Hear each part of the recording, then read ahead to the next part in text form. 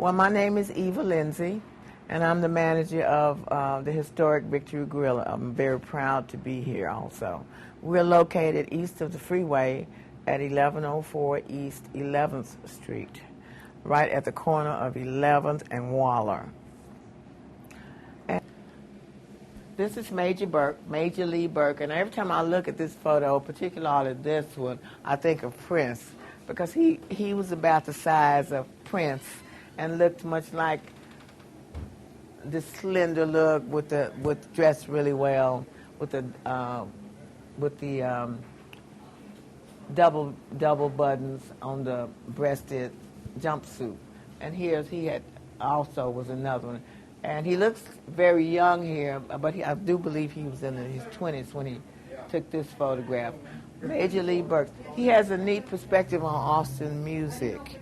He still lives here. He's not playing blues right now, but he has a very distinct blues history, and he's a very, very nice person, and I hope to be able to encourage him to come back and do a little more blues with us. The third barrel house piano player was Robert Shaw. Let me move this a little bit so you can see it.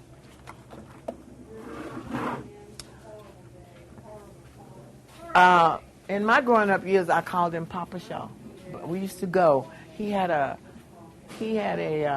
barbecue restaurant on Manor Road, and inside that restaurant was that piano, and they had sawdust on the floor, and you could eat barbecue and listen to him play a piano. And he was considered one of the, I believe this is a photograph. It may not, you may not be able to see it really well because it's faint, but it was very old and reminiscent of what structures looked like during that time in the 50s. A juke joint. His was a juke joint with a barbecue and the sawdust on the floor, much like the Elgin South Side used to have sawdust on the floor. And but the nice thing was that he entertained you. And this is Terry Owens when he was very young, interviewing Papa Shaw.